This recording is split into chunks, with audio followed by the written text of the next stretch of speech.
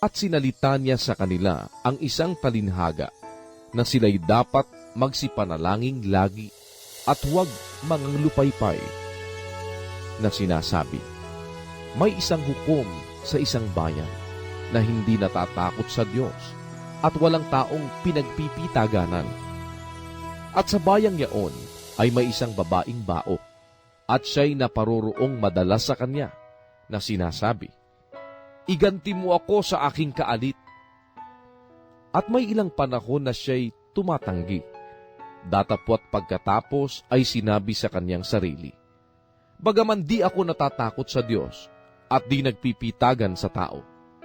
Gayunman, sapagkat nililigalig ako ng baong ito, ay igaganti ko siya. Baka niya ako bagabagin ng kapaparito. At sinabi ng Panginoon, pakinggan ninyo ang sinabi ng likong hukom. At hindi baga igaganti ng Diyos ang kanyang mga hirang na sumisigaw sa kanya sa araw at gabi at siya'y may pagpapahinuhod sa kanila? Sinasabi ko sa inyo na sila'y madaling igaganti niya. Gayon may pagparito ng anak ng tao, makakasumpong kaya siya ng pananampalataya sa lupa? At kanyang sinalita naman ang talinhagang ito sa nagsisiasa sa kanilang sarili na nangagpapanggap na sila'y matutuwid at pinawawalang halaga ang lahat ng mga iba. May dalawang lalaking nagsipanhik sa templo upang magsipanalangin. Ang isa'y Fariseo at ang isa'y maniningil ng buwis. Ang Fariseo ay nakatayo at nanalangin sa kanyang sarili ng ganito, Diyos, pinasasalamatan kita na hindi ako gaya ng ibang mga tao, na mga manlulupig, mga liko, mga mapangalunya, o hindi man lamang gaya ng maniningil ng buwis na ito. Makalawa akong nag-aayuno sa isang linggo. Nagbibigay ako ng ika-10 ng lahat kong kinakamtan. Datapwat ang maniningil ng buwis na nakatayo sa malayo ay ayaw na itingin man lamang ang kanyang mga mata sa langit, kundi dinadagukan ang kanyang dibdib na sinasabi, Diyos, Ikaw ay mahabag sa akin na isang makasalanan. Sinasabi ko sa inyo, nanaog at umuwi sa kanyang bahay ang taong ito na inaaring ganap kaysa isa, sapagkat ang bawat nagmamataas sa kanyang sarili ay mabababa, datapwat ang nagpapakababa sa kanyang sarili ay matataas. At dinala naman nila sa kanya ang kanilang mga sanggol upang kanyang hipuin sila. Datapwat ng mga kita ito ng mga alagad ay sila'y sinaway nila. Datapwat pinalapit sila ni Jesus sa kanya na sinasabi, pabayaan ninyong magsilapit sa akin ang maliliit na bata at huwag ninyo silang pagbawalan, sapagkat sa mga ganito nauukol ang kaharian ng Diyos. Katotohanang sinasabi ko sa inyo, sino mang hindi tumanggap ng kaharian ng Diyos na gaya ng isang maliit na bata, ay hindi siya papasok doon sa anumang paraan. At tinanong siya ng isang pinuno na sinasabi, mabuting guro, anong gagawin ko upang magmana ng walang hanggang buhay? At sinabi sa kanya ni Jesus, bakit mo ako tinatawag na mabuti? Walang mabuti, kundi isa, ang Diyos lamang. Talastas mo ang mga utos. Huwag kang mangalunya. Huwag kang pumatay. Huwag kang magnakaw. Huwag kang sumaksi sa di katotohanan. Igalang mo ang iyong ama at ina. At sinabi niya, ginanap ko ang lahat ng mga bagay na ito buhat pa sa aking pagkabata.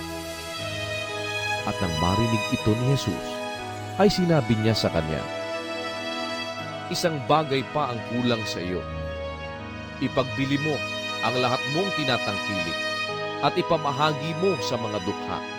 at magkakaroon ka ng kayamanan sa langit. At pumarito ka, sumunod ka sa akin. Datapwat nang marinig niya ang mga bagay na ito, siya'y namanglaw na lubha, sapagkat siya'y totoong mayaman. At sa pagmamasid sa kanya ni Jesus ay sinabi, pagkahirap-hirap na makapasok sa kaharian ng Diyos ang mga may kayamanan, sapagkat magaan pa sa isang kamelyo ang pumasok sa butas ng isang karayo kaysa isang taong mayaman na pumasok sa kaharian ng Diyos. At sinabi ng mga nakarinig nito, sino nga kaya ang makaliligtas? Datapwat sinabi niya, ang mga bagay na di mangyayari sa mga tao ay may pangyayari sa Diyos. At sinabi ni Pedro, narito, iniwan namin ang aming sarili at nagsisunod sa iyo. At sinabi niya sa kanila, katotohanang sinasabi ko sa inyo, walang taong nag-iwan ng bahay o asawang babae o mga kapatid o mga magulang o mga anak dahil sa kaharian ng Diyos na di tatanggap ng makapupong higit sa panahon ito at sa sanglibutang darating ay walang hanggang buhay. At isinama niya ng bukod ang 12 at sa kanila'y sinabi, narito, nagsisiahon tayo sa Jerusalem at ang lahat ng mga bagay na isinulat ng mga propeta ay mga gaganap sa anak ng tao. Sapagkat siya'y ibibigay sa mga hentil at siya'y aalimurahin at duduwahaginin at luluraan. At kanilang papaluin at papatayin siya. At sa 3 araw ay muling magbabangon siya. At wala silang napag-unawa sa mga bagay na ito. At ang sabing ito ay nalingid sa kanila. At hindi nila napagtalastas ang sinabi. At nangyari na nang nalalapit na sila sa Jericho, isang bulag ay nakaupo sa tabi ng daan na nagpapalimos. At pagkarinig na nagdaraan ng maraming tao, ay itinanong niya kung ano ang ibig sabihin noon. At sinabi nila sa kanya na nagdaraan si Jesus na taga Nazaret. At siya'y nagsisigaw na sinasabi, Jesus, ikaw na anak ni David, mahabag ka sa akin.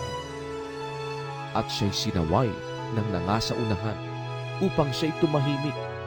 Datapwat siya'y lalong nagsisigaw, ikaw na anak ni David, mahabag ka sa akin. At si Jesus ay tumigil at ipinag-utos na dalhin siya sa kanya. At nang mailapit siya, ay itinanong niya sa kanya, anong ibig mo na sa iyo'y gawin ko? At sinabi niya, Panginoon, natanggapin ko ang aking paningin. At sinabi sa kanya ni Jesus, tanggapin mo ang iyong paningin. Pinagaling ka ng pananampalataya mo. At pagdakay, tinanggap niya ang kanyang paningin. At sumunod sa kanya na niluluwalhati ang Diyos.